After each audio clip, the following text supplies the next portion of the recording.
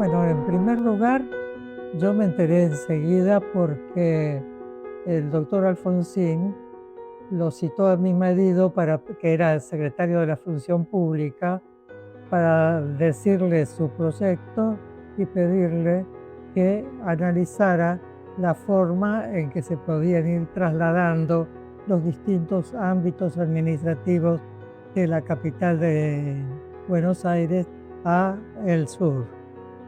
De modo tal que yo lo supe enseguida. Y en ese momento le pedí una entrevista al doctor Alfonsín, que me la concedió inmediatamente, como hacía siempre que yo tenía necesidad de comunicar algo, para decirle que no era solamente Viedma, sino Carmen de Patagones, y explicarle cuál era la conexión histórica y geográfica entre Viedma y Carmen de Patagones, que tenían una historia compartida muy rica. Bueno, esa fue la razón por la cual justamente se decidió el área geográfica, a la cual se agregó luego una superficie un poco mayor en el ámbito de la provincia de La Pampa. Debo decir que para mí era un proyecto absolutamente importante y necesario. Yo había estudiado mucho el discurso de Alem cuando se hizo la capitalización de Buenos Aires, donde él se opuso en una exposición que duró 3 días en la legislatura de Buenos Aires.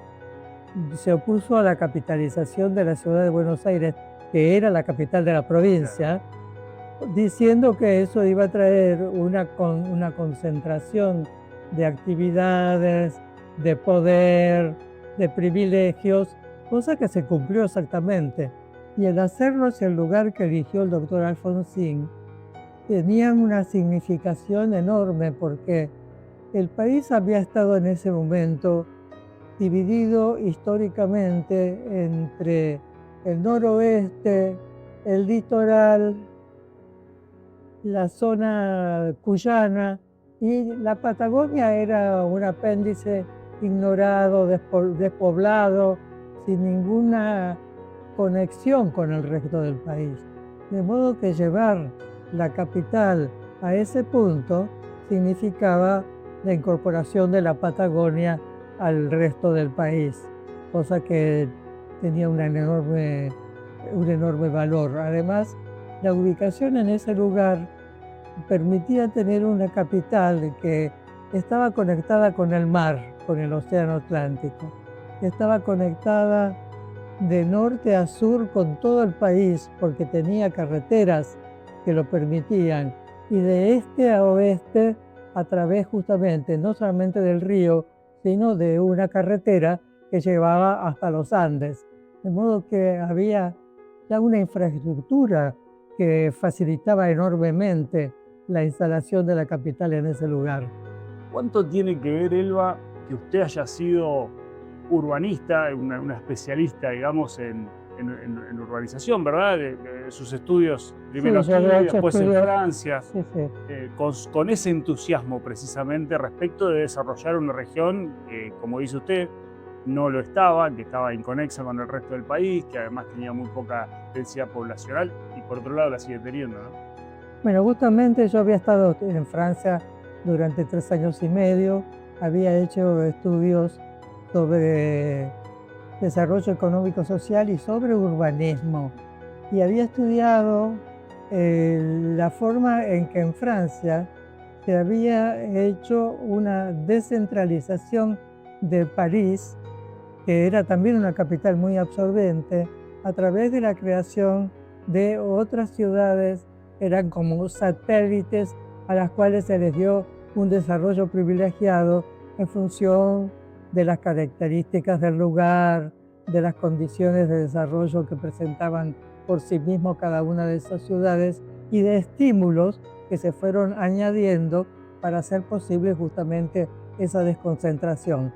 Era unitarismo contra federalismo, que es lo que había estado siempre incidiendo en la Argentina a efectos de definir una capital.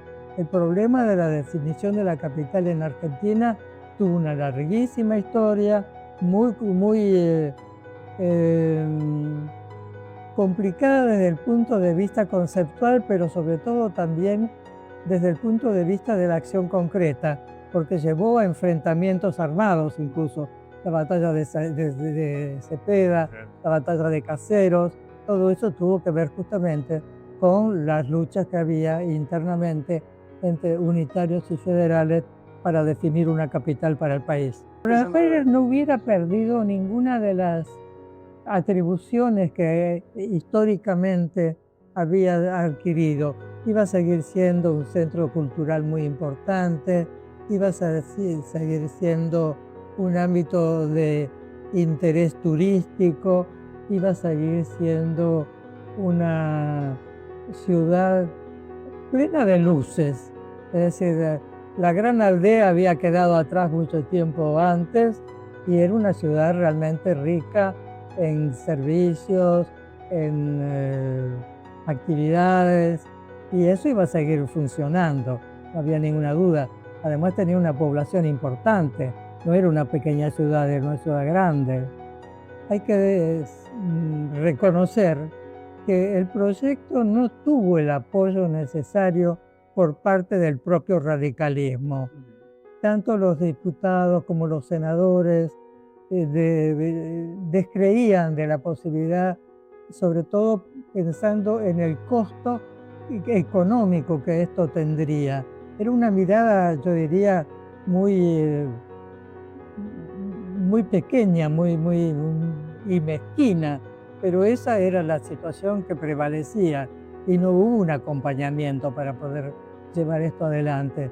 De modo tal que el proyecto abortó cuando el radicalismo pierde las elecciones y llega Menem, el proyecto se entierra. ¿Qué pasó con las otras fuerzas políticas?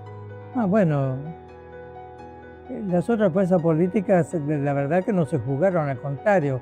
Ustedes recordarán que Alfonsín tuvo una oposición muy importante durante todo su mandato, no solamente los golpes de Estado, sino la oposición política del Partido Peronista, de modo tal que allí no había apoyo de ninguna naturaleza, más allá de que alguna persona puede haber pensado que la idea no era mala, pero ni siquiera lo expresó.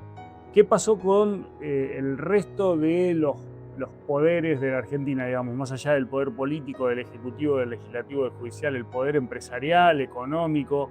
¿Cómo lo tomó? ¿Qué recuerda de ese Bueno, no manifestaron particular entusiasmo.